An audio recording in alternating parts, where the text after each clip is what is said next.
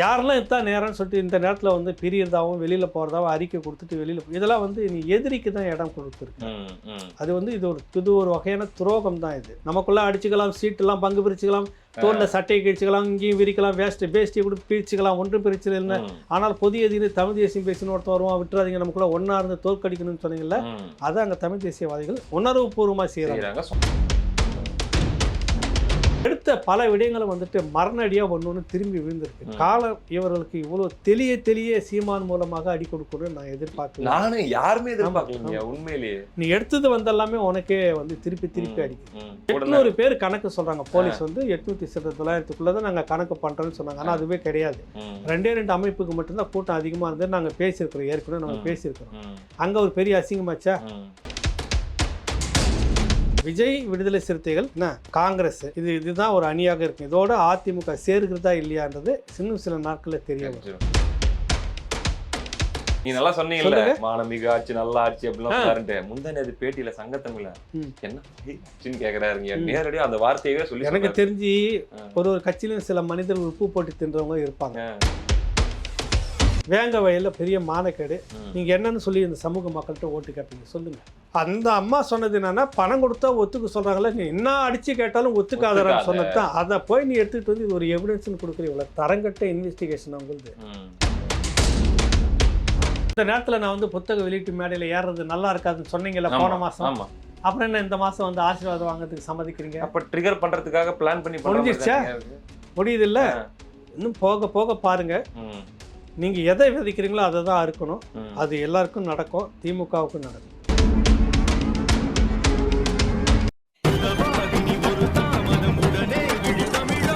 உடனே விழி தமிழா நண்பர்களுக்கு வணக்கம். இப்போ ஒரு விஷயம் ஏன் பரவலாக பேசப்படுது. சீமானுக்காக ஒரு குழி வெட்டினாங்க, நாம் தமிழருக்காக திமுக திராவிடமும் ஒரு குழி வெட்டினாங்க. அந்த குழியில் அவங்களே தள்ளி விட்டாரு அப்படின்னு சொல்லப்படுது. அவங்க பண்ணது எல்லாமே இங்கே ப்ளஸ்ஸாக மாறிட்டே இருக்குது அப்படின்ட்டு நம்மளாலையும் பார்க்க முடியுது. இந்த முற்றுகை அப்படி இப்படின்னு பண்ண இங்கே பிரிஞ்சு இருந்த நிறைய தமிழ் ஆளுமைகள்லாம் ஒன்றா சேர ஆரம்பிக்கிறாங்க. ஒரு தூரமாக இருந்து ஆதரவு கொடுத்துருந்தவங்களாம் பக்கத்தில் நின்று மேடையிலேயே ஏறி நின்று ஆதரவு கொடுக்குற காட்சிகளை நம்மளால் பார்க்க முடியுது. நிறைய தமிழ் அமைப்புகளை சேர்ந்தவங்க, இயக்கத்தை சேர்ந்தவங்க, அந்த ஏர்போர்ட் மூர்த்தி அவருடைய பேச்சு நிறைய பார்த்தோம், தடா ரஹீம் அவர்கள்ட்டு. இதை நீங்கள் எப்படி பார்க்குறீங்க? இல்லை, நான் அந்த களத்தில் பார்க்குறேன். முதல் நாள் போய் நான் இறங்கின உடனே எனக்கு தெரிஞ்ச ஒரு பத்திரிகை நண்பர் தனியாக ஒத்தால வண்டியில் பேசிட்டு போகிறார். அவர் ஒரு சாமானிய நபராக தான் இருந்தவர் தான். எப்படி பார்த்தாலும் அவருக்கு ஒரு தொகை தேவைப்படும். எங்கேருந்து வந்திருக்கும், டெய்லி மைக்கு, வண்டி, ஹோட்டலு, சாப்பிட்றது, அவருக்குன்னு ஒரு 2 பேர் கூட இருக்காங்க போல இருக்கு. மொத்த செலவு ஒரு நாளைக்கு எப்படி பார்த்தாலும் ஒரு 10,000 கணக்கு பண்ணி பார்த்த தெரியுது. இப்படின்னு இன்னொரு டீம் இருக்குது. இந்த 32 திண்ணைகள்ல அது இன்னொரு வகையரா தின்னா அங்க இருக்குது. தனியா கத்துறாங்களாமே, நான் பார்த்தேன். இல்ல, ஆள் இல்ல, அவங்களுக்கு எங்க போனாலும் தனிதான், கூட்டமே இல்லை, ஒரே ஆள் தான். அவங்க வேணா இப்போ ஒரு புதிய ஒப்பந்தம் நேற்று போட்டிருக்கலான்ற மாதிரி கேள்விப்பட்டேன். அதை பாரு, உங்களுக்காக தான் வேலை செய்ய வந்திருக்கிறோம், உங்களுக்காக தான் பிரச்சாரம் பண்ணிட்டு இருக்கிறோம். நாங்க போற இடத்துல எல்லாம் கூட்டம் கொஞ்சம் நிக்கிற மாதிரி பாத்துங்க. கட்சிக்காரனை கேட்டுட்டு இருக்கிறாங்க, மாவட்டத்துக்கிட்ட பேசிட்டு இருக்கிறாங்க. அவங்க என்னன்றாங்க, மக்கள் இதை பாரு, காசு கொடுத்தா நாங்கள் போகிறோம், உங்ககிட்ட வரோம், காசு கூட நான் அங்கே அவங்ககிட்ட போகிறோம் அப்படின்ற மாதிரி பார்த்துட்டு தனித்தனியாக நின்று கிழக்க பார்த்து கத்துதில்ல, அந்த மாதிரி கத்திட்டு இருக்கிறாங்க எல்லாரும். புரியுதுல உங்களுக்கு? அந்த மாதிரி நிறைய பேரை நான் அங்கே பார்த்தேன். இது என்ன தோணுதுன்னா, தமிழ் தேசிய தளத்தில் வந்து இப்போ எல்லாரையும் ஒரு ஆர்கனைஸ் அந்த எண்ணம் ஆட்டோமேட்டிக்காக வந்துருச்சு. எதிரி யாரு, இந்த நேரத்தில் துரோகி யாருன்னு சொல்லிட்டு ஒரு ஒரு படிப்பினை நமக்கு வந்து இருக்குது. யாரெல்லாம் இதான் நேரம்னு சொல்லிட்டு இந்த நேரத்தில் வந்து பிரியறதாகவும் வெளியில் போகிறதாவும் அறிக்கை கொடுத்துட்டு வெளியில் இதெல்லாம் வந்து நீ எதிரிக்கு தான் இடம் கொடுத்துருக்கு. அது வந்து இது ஒரு வகையான துரோகம் தான். இது அதெல்லாம் ஒரு படிப்பினையாக எடுத்துக்கிட்டு இப்போ நிறைய பேர் களத்துக்கு போயிட்டாங்க. தமிழ் தேசியவாதிகள் நான் பார்க்க ஆரம்பிச்சிட்டேன்.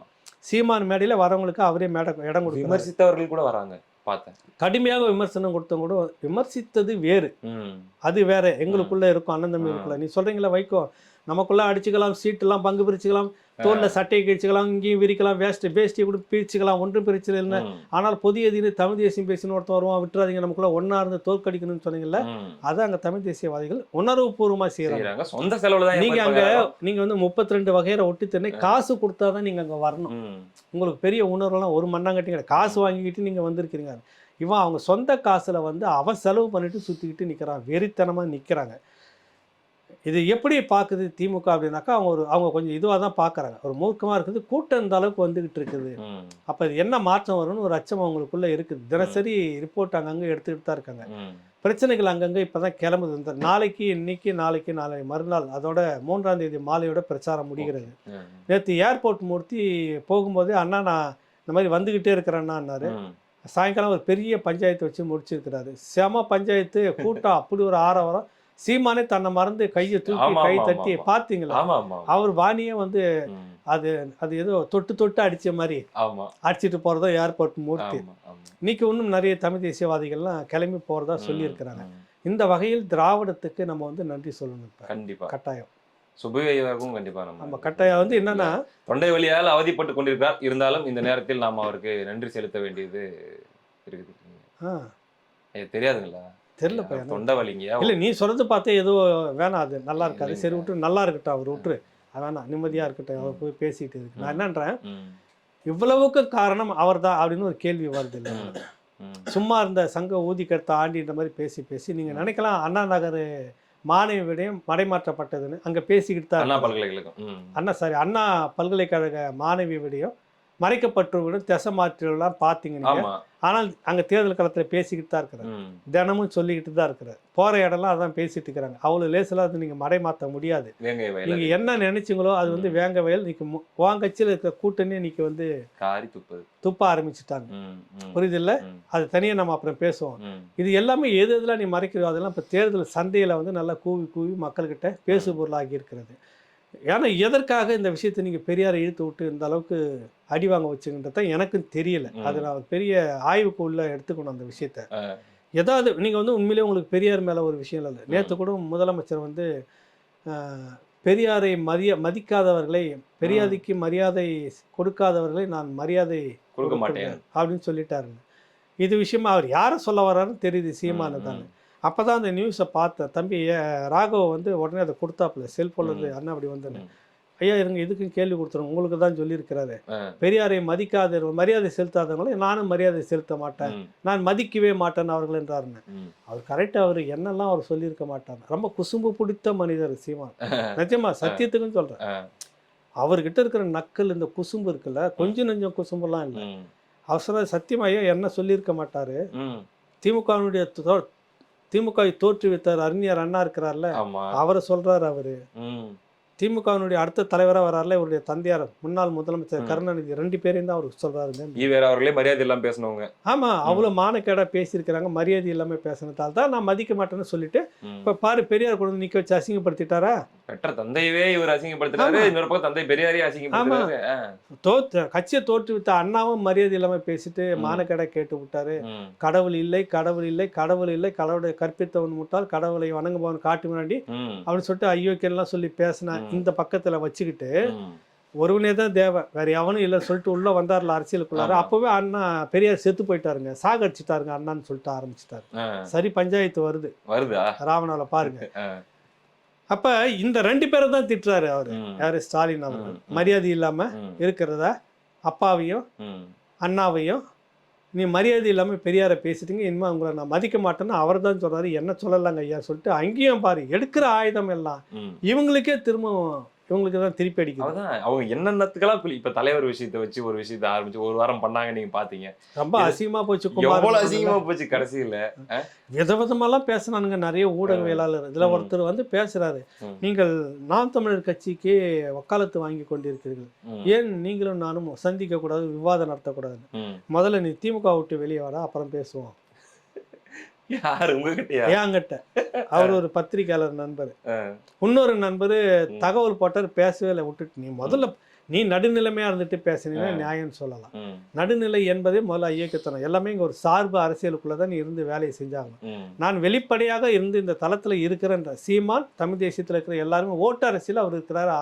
நாளைக்கு ஓட்டு அரசியல் இன்னொரு பெரிய கட்சி வருது, அதுல இது எல்லாமே சரியா இருக்குன்னா அதையும் தான் ஆதரிக்கணும் எல்லாரும். புரியுதுல உங்களுக்கு? புரியுதுங்க. இப்போ நீங்கள் மட்டும் வந்து அப்படியே வக்காலத்து வாங்கி உழுந்து பெறலாம், எங்களை மாதிரி இருக்கலாம், வேடிக்கை பார்த்துட்டு நாங்கள் மட்டும் அப்படியே புத்தன், இயேசு, காந்தி அப்படின்னு பேசிட்டு உட்காந்துருப்போம். நீங்கள் எல்லாத்தையும் எடுத்து வீசிக்கிட்டு இருப்பீங்க, நாங்கள் வந்து கை கட்டி உட்காந்துட்டு இருப்போம். இது என்ன நியாயம்னு நான் கேட்குறேன்.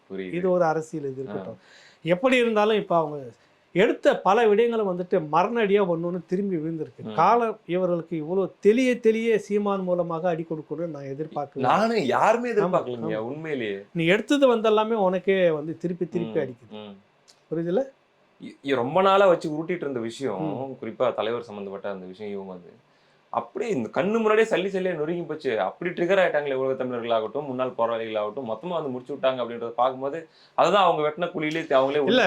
ஈழ மக்களை பொறுத்த வரைக்கும் அந்த ஒன்றாக உட்காந்து பேசியிருந்த அவர்கள் கூட வந்து என்ன சொல்றாங்கன்னா, தமிழ்நாடு அரசியலுக்குள்ள நாங்கள் எல்லாரையும் ஓரளவுக்கு மதிக்கிறோம். எங்களுக்கு எல்லாருமே தமிழ்நாட்டு தலைவராக தான் நாங்கள் பார்க்குறோம். அவங்களுக்குள்ள அந்த அரசியலுக்கு நாங்கள் தலையிடுதல் தான் இருக்கிறாங்க. புரியுது. ஆனால் அப்போ உங்களுக்குள்ள இருக்கிற அந்த அரசியலை நீங்கள் சீமான் மேலே விமர்சிங்க, சீமான் உங்கள் மேலே விமர்சிக்கட்டும், அந்த அரசியல் அப்படியே இருக்கட்டும். இந்த தேசிய தலைவரை வந்து நீங்கள் கொண்டு வந்து பேசுவதில் இதை வச்சு அரசியல் பண்ணுறது என்ன பிரச்சனை? சரி பேசி முடிச்சிருவோம், என்ன நடந்ததுன்னு, என்னப்ப அப்படின்னு பேசின விஷயம் தான் அது. அசிங்கமாக போச்சு அவங்களுக்கு. அவ்வளோதான். அதோட கொடியெடுத்துன்னு முற்றுகைன்னு போனீங்கன்னா அங்கே அசிங்கப்பட்டீங்களா? ஏன்டா ஒரு ஒரு ஒரு ஒரு ஒரு அமைப்புக்கு ஒரு 100 பேர்னா கூட 32 எவ்வளோ ஆச்சு? 40ங்கய்யா. 40 சரி, எவ்வளோ ஆச்சு உங்களுக்கு? 4000. 4000 அங்கே வந்துச்சா? சரி, போலீஸ் தான் அதிகமா தெரிஞ்சாங்க. 150 பேர் அவங்க 800 பேர் கணக்கு சொல்றாங்க. போலீஸ் வந்து 800-900 தான் நாங்க கணக்கு பண்றோம்னு சொன்னாங்க. ஆனா அதுவே கிடையாது. 2 அமைப்புக்கு மட்டும்தான் கூட்டம் அதிகமா இருந்தது. நாங்க பேசியிருக்கிறோம், ஏற்கனவே நம்ம பேசியிருக்கிறோம். அங்க ஒரு பெரிய அசிங்கமாச்சா? ஏதோ உலகமே உருளுது பெறலுது அப்படின்னு சொல்லிட்டு இந்த தெருக்கூத்துல வந்து சொல்லிட்டு பாட்டுவாங்க. அண்டம் கிடுகெடுக்க, ஆகாயம் நடுநடுங்க, பூமி அதிர அப்படின்னு ஒரு நட அடிச்சுன்னு டக்கு மாதிரி மத்தள அடிச்சுன்னு வாசிச்சுட்டு வருவாங்க. அப்படி வந்தானுங்க. கடைசி பார்த்தா பொசுக்குன்னு ஆகி போச்சு கூட்டமே. அங்கேயும் அசிங்கப்பட்டுட்டீங்களா? வேற என்னன்னா நீங்க எடுத்தீங்க? எல்லாத்துலேயுமே உங்களுக்கு ரிப்பீட் வந்துட்டு இருக்குது. காலம் உங்களுக்கு எதிராக இப்படி ஒரு ஆளை கொண்டு வந்து நிறுத்தி வச்சு இப்படிலாம் உங்களுக்கு வெளுக்குன்னு சொல்லிட்டு கனவுல கூட எதிர்பார்த்துருக்க மாட்டீங்க நீங்களே. எல்லாம் வருவார்கள், எல்லாம் வைகோ மாதிரி போயிடுவாங்க, அப்படியே கண்ணீர் வச்சுட்டு வந்து வேஷ்டி தொடச்சி விட்டுட்டு இருப்பாங்கன்னு நினைச்சிங்க. இது நடக்கலை. சீமான் வந்து அதுக்கான வாய்ப்பு இல்லைன்றது திரும்ப போட்டு முயற்சிட்டு இருக்கிறத நாங்கள் பார்க்குறோம் ஈரோட்டில். புரியுதுங்க. அடுத்ததாக நம்ம மறுபடியும் இன்னொரு அரசியலுக்குள்ள வந்துடுவோம். திமுக கூட்டணி அரசியலுக்குள்ள வந்துடுவோம். சமீபத்தில் நடந்த நிகழ்வுகள் நேற்று எல்லாம் பார்த்தீங்கன்னா ஃப்ளாஷில் ஓடிட்டு இருக்குது. ஆதவ் அர்ஜுன் சமீபத்தில் விசிகாவில் இருந்து விலகி ஆதவ் அர்ஜுன் அவர்கள் விஜய் அவர்கள் முன்னிலையில் தாவேக்கால போய் இணைகிறாரு. அவருக்கு ஏதோ ஒரு முக்கியமான தேர்தல் வியூகம் சம்மந்தப்பட்ட பொறுப்பு கொடுக்கப்பட்டிருக்குது. அதை தொடர்ந்து சரி இது வரைக்கும் நமக்கு ஓகே தான், இது நடக்கிறது தான், எதிர்பார்த்தது தான். அதை தொடர்ந்து உடனடியாக தோழர் திருமாவளவன் அவர்கள் அவருடைய ஆசானை போய் அவர் சந்திக்கிறாரு. சந்திச்சு பிரஸ் மீட் கொடுக்குறாரு. அவர் சொன்ன வார்த்தை ரொம்ப கவனிக்கத்தக்க வார்த்தை. எங்க கொள்கையும், அதாவது எங்களுடைய ஆசானுடைய கொள்கையும் நான் இப்போ போய் சேர்ந்துருக்கிற கட்சியோட கொள்கையும் ஒன்று தான், ஒரே பாதை தான், ஒரே பயணம் தான். ஜஸ்ட் வெவ்வேறு இதில் இருக்கிறோம், மற்றபடி நாங்கள் அப்படியே ஒன்றா தான் இருக்கிறோம். அவர் சொல்கிறது தான் நாங்கள் பயணிச்சுட்டு இருக்கிறோம். அப்படிலாம் நாங்கள் வேறு திசையெல்லாம் போயிடலன்னு பேசுகிறாரு. தோழர் அப்படியே அமைதியாக பக்கத்தில் நிற்கிறாரு. ஒன்றுங்கய்யா, இதை கட் பண்ணோம்னா இப்போ இதையும் திமுக பார்த்துட்டே தான் இருக்குது. இந்த நிகழ்வை கட் பண்ணால் 2 நாளைக்கு பின்னாடி போகிறோம். அங்கே போனால் விசிக மேடையில் வச்சு திமுகவை கிளின்னு கிழிக்கிறாங்க. இன்னொரு பக்கம் ஐயா வீரமணி அவர்களை இந்த கேள்வி தான் கேட்குறாங்கன்ட்டுலாம் நான் பார்த்தேன். இப்படி இதெல்லாமே இப்போ திமுகவுடைய பார்வை எப்படி இருக்கும்? விசிகாவை பற்றிய புரிதல் அல்லது வந்து நீங்கள் சொன்னீங்க, நீ வேணா பொறுமையாரு தம்பி, கொஞ்ச நாளில் பாரு தெரியும், புது வருஷம் வரட்டும், சிறுத்தை வந்து உரும போகுது சீர போகுதுன்னு சொன்னீங்க. அப்படியே அதுக்கான சிம்டம்ஸ் தெரியும். நம்ம ஏன் சொல்கிறோம்னாக்கா அவங்களுடைய நடமாட்டத்தை வந்து கவனிக்கிறோம். ஒரு அரசியல் அனுபவம், அடுத்தது அந்த தளத்தில் யாரெல்லாம் என்னென்ன பேசுகிறாங்க, எல்லா இடத்துலையும் நமக்கான ஆட்கள் பேசுகிறத கவனிக்கிறோம். நான் இப்போ சொல்கிறேன், குறித்து வச்சுங்க. நான் கணிப்பது என்னன்னாக்கா, வருகிற தேர்தல் கூட்டணி எப்படியா இருக்குன்னா, விஜய் விடுதலை சிறுத்தைகள் என்ன காங்கிரஸ் இதுதான் ஒரு அணியாக இருக்கும். இதோட அதிமுக சேருகிறதா இல்லையான்றது இன்னும் சில நாட்களில் தெரிய வரும். இதை நோக்கி இவர்கள் நகர தொடங்கி விட்டார்கள் என்பதை நீ இங்கிருந்து போயிட்டு அந்த கட்சியில் சேர்ந்துட்ட. ரெண்டும் ஒரே இதுதான், ஒரே பாதை தான் அப்படின்னா அப்புறம் எதுக்கு அந்த கட்சி விஜய் எதுக்கு ஆரம்பிக்கணும்? நீங்க ஏன் அங்கே போகணும்? இதே ஒரே பாதை தானே, ஒரே பஸ் தானே. திமுக ஒண்ணு தடையா இருக்குது, என்ன பண்றது? அந்த இதே பஸ்ல இருந்துட்டு போங்க, முடிஞ்சு வச்சு அவங்களுக்கு. அப்ப திமுக இவரை வைத்து கொண்டிருந்தால் திமுகவுக்கு மன நோகிற மாதிரி இருக்கக்கூடாது. அதனால நீ அங்க போய் இருந்துக்கணும், பின்னாடியே வரன்ற மாதிரி அப்படியே நடந்திருக்கலாம்ல திமுகவுக்கு. சரி ஓகே, நீங்க தான் வேக வாயில வந்து சிபிஐ விசாரணை எல்லாம் வேணாம், இந்த மாநில விசாரணை போகணும்னு சொன்னதே நீங்க தான். நாங்கள்லாம் பேசணும், எங்களை போன்றவர்கள் பேசணும். இந்த திமுகனுடைய புத்தி இப்படிதான். தொடக்கத்துல இருந்தே உதயகுமார்னு மாணவன் போராட்டத்தில் செத்தவன் வந்துட்டு சொந்த அப்பனை வந்து வச்சு என் மகனே இல்லைன்னு சொல்ல வச்ச கூட்டம் இது. சொன்னா கேட்டுங்க திருமாத்தோழர், சொன்னா கேட்டுங்க திருமாத்தோழர், சொன்னால் கேட்டுக்குங்க திருமாத்தோழர்னு கதறி பார்த்தோம். இல்லை இது வந்துட்டு மானமிகு, மரியாதை மிகு, அந்த மிகு, இந்த மிகு ஆட்சி, ம். அதனால இது வந்து நியாயமாக செய்யணும். எங்களை பார்த்து கடிச்சு கொதறிக்கிட்டு இருந்தீங்க. உங்களுக்கெல்லாம் வந்துட்டு எங்க மேல வன்மம், ம். நாங்க 2 பேரும் இப்படி ஒட்டிக்கிட்டு இருக்குது, நீங்க பிரிக்க பிரிக்க பாக்குறீங்க பாக்குறீங்க நீங்களா, சதி வேலை அப்படின்னு செய்றீங்க. சொல்லிட்டு இருந்து விட்டு, இன்னைக்கு என்ன அடிச்சானா ஒரு அடி பின்னாடி நல்லா ம். கதற கதற சிபிஐ விசாரணைன்னு கேட்குறீங்களா? ம். சொல்லு. நீங்க நல்லா சொன்னீங்கல்ல, சொல்லுங்க. மானமிகு ஆட்சி, நல்ல ஆட்சி அப்படிலாம் சொல்லாருன்ட்டு. முந்தானேது பேட்டியில சங்கத்தமிழ்ல ம். என்ன மயில் ஆட்சின்னு கேக்குறாருங்க. நேரடியா அந்த வார்த்தையவே சொல்லி எனக்கு சொல்றாரு. தெரிஞ்சு ஒரு ஒரு கட்சியிலும் சில மனிதர்கள் உப்பு போட்டு தின்றவங்க இருப்பாங்க. ஆ. நான் அந்த மாதிரி காங்கிரஸ் கட்சியில வந்து நல்லா உப்பு போட்டு நல்ல ஒரு இதோ கொஞ்சம் நல்ல ரத்தம் சூடு சுரீர்னு கோபம் வரும். ம். அந்த மாதிரி கட்சியை பற்றி கட்சி அவமானப்படுகிறதுன்னு துடிக்கிறவன் பேர் தான் வந்துட்டு நல்ல சூடு நல்ல ரத்தம் காரம் இருக்கிற உடம்புன்னு எடுத்துக்கலாம். ம். காங்கிரஸ்ல திருச்சி வேலுசாமி அப்படின்னு நான் பார்க்குறேன். சரி. ஆமாம், அவர் ஒன்றும் இல்லை. காமராஜரை வந்துட்டு தீகாவில் இருக்கக்கூடிய மதிமானன் பேச்சாளர் வந்து காமராஜனுடைய ஆட்சி காலம் இருண்ட காலம்னு அவர் என்னத்த பள்ளிக்கூடத்தில் திறந்தார், ராஜாஜி 3 நாள் திறந்து வச்சாருன்னு சொன்னப்ப வந்துச்சு பாரு அவருக்கு ஒரு கோபம். காங்கிரஸ் திமுக அதெல்லாம் மண்ணாங்கட்டி பார்க்கல. ஒரே வார்த்தை, முதல்ல ராஜாஜி பள்ளிக்கூடத்தை மூடனானடா முட்டாளு. மூட போறதா சொன்னாங்க, அரசியல் வந்தது உடனே மாத்திட்டாங்க. அவர் வந்துட்டாரு. வந்த பிறகு கூடுதலாக பள்ளிக்கூடத்தை திறந்த புள்ளி விவரம் கூட தெரிஞ்சுக்காம நீ பேசுற. நீ அப்போ பேசினாரு, கட்சி வண்டவாளன்னு நான் பேசினா அசிங்கமாக நாரி போயிடும். நீங்கள் தான் முதல்ல தொடக்க காலத்தில் பேசிக்கிட்டு இருந்தீங்க, உங்கள் கிட்ட இருந்தவன் தான் பேசி திமுக சொல்றாரு மறைமுகமாக உங்கள் தரப்பில் முன்மணியும் பின்மணியும் ஆடுன கதையெல்லாம் நான் சொல்லிட்டான்ட்டாரு. இன்னைக்கு வீடியோவில் இருக்குது. நான் தப்பாலாம் சொல்லலை, என்ன சொல்லக்கூடாது. புரியுது. அந்த போல விடுதலை சிறுத்தைகளை கொஞ்சம் சூடு சொரணை இருக்கிற ஒரு தம்பியை நான் வந்து சங்கத்தமிழனை பார்க்குறேன். அதோட இந்த சூடும் சொரணமும் கூட கொழுப்பு இருந்துச்சுன்னா எப்படி இருக்கும், அப்படி தெரிக்குது அங்கே வார்த்தை. அவன் மட்டும் உப்பு போட்டு நல்லா சாப்பிட்டுட்டு இருக்கிறதா நான் நினைக்கிறேன். சரி, மற்றவங்களுக்கு இருக்குதா இல்லையா நீங்கள் சொல்ல வரீங்களான்னா அது எனக்கு தெரியாது. சொல்ல வந்தனா நான் எனக்கு நீ அப்படி சொல்ல வரீங்க தம்பி, எனக்கு தெரியாதுன்னு நான் சொல்ல வரேன். புரியுதுல உங்களுக்கு? இப்போ என்ன கடைசியாக வந்து நிற்கிது, எங்கே வந்து நிற்கிறீங்க நீங்கள்? வேங்க வயலில் பெரிய மானக்கேடு. நீங்கள் என்னன்னு சொல்லி இந்த சமூக மக்கள்கிட்ட ஓட்டு கேட்பீங்க சொல்லுங்கள். இதில் கொடுமை இன்னைக்கு காலைல வந்தது, நான் ஞாபகப்படுத்திருக்கேன். அந்த அம்மா அந்த ஃபோனில் பேசி என்ன பண்ணாலும் ஒத்துக்காதன்ற அந்த அம்மா சொன்னாங்கன்னு சொல்லி ஒரு செய்தி பரவச்சில்ல, அந்த அம்மா இன்னைக்கு பேசியிருக்காங்க. 2 லட்ச ரூபா தரேன்னு சொன்னாங்க, வேலை வாங்கி தரேன்னு சொன்னாங்க, வீடு கட்டி தரேன்னு சொன்னாங்க, இல்லைன்னா இதெல்லாம் பண்ணிடும் ஒத்துக்கிட்டு பிரச்சனை சொன்னேன் அப்படின்னு அந்த அம்மா. ஆமாம், அதுதான் நான் ஏற்கனவே ராவணர் பேட்டியில் சொன்னேன். அந்த வார்த்தை என்னன்னா, அந்த அம்மா சொன்னது என்னன்னா, பணம் கொடுத்தா ஒத்துக்க சொல்றாங்களே, நீ என்ன அடிச்சு கேட்டாலும் ஒத்துக்காதன்னு சொன்னதுதான். அதை போய் நீ எடுத்துக்கிட்டு வந்து இது ஒரு எவிடன்ஸ்னு கொடுக்குற இவ்வளோ தரங்கட்ட இன்வெஸ்டிகேஷன் அவங்களுக்கு. தமிழ்நாடு போலீஸ் வந்துட்டு எப்படிப்பட்ட பேரும் புகழ் இருந்தது. நான் எல்லா அதிகாரிகளும் நியாயமான அதிகாரிகிட்ட ஒருத்தட்ட விட்டா 2 நல்ல கட்சி மொத்தமும் தெருவில் கொண்டு வந்து நிறுத்தி முடிச்சுட்டு போயிடுவான். நல்ல காக்கி சட்டம் ஒருத்தட்ட விட்டீங்க. நீங்கள் உங்களுக்கு வேண்டப்பட்ட ஆளாக வந்து கடைசியாக வந்து மானக்கேடு அசிங்கக்கேடாகி இதெல்லாம் ஒரு எவிடன்ஸ் நாளைக்கு கோர்ட்டில் வந்து குறுக்கு விசாரணை வரப்போ சுத்தமாக ஊற்றி பண்ணி இதுக்கு நீதியை கண்டுபிடிக்கக்கூடாது, நீதி வரக்கூடாதுன்றதுக்குனே திட்டமிட்டு நீ இதெல்லாம் பண்ணிட்டு இருக்கிற அந்த அரசு. அது தெரியாமல் விடுதலை சிறுத்தைகள் அப்படியே உருட்டிக்கிட்டு இப்போ கூட வந்து இவங்க நியாயத்துக்காக போய் போராடணும்னு நினைக்கிறீங்க நீங்கள்? நம்மளுக்கு திருப்பி நம்ம மக்கள்கிட்ட போய் நிற்கிறது ஓட்டு கேட்க போகணும்னு 1 வருஷம் இருக்குது, அதனால போராடிட்டு இருக்கிறாங்க தோழர். இல்லைன்னா தூக்கி கிடப்பில் போட்டு போயிடுவாங்க. உங்களுக்கு புரியுது? அப்படிப்பட்ட ஆட்கள் அவங்க. கொஞ்சம் மேலே அந்த கட்சிக்குள்ளே நல்லபடியாக பேசிட்டு இருக்கிறாங்க.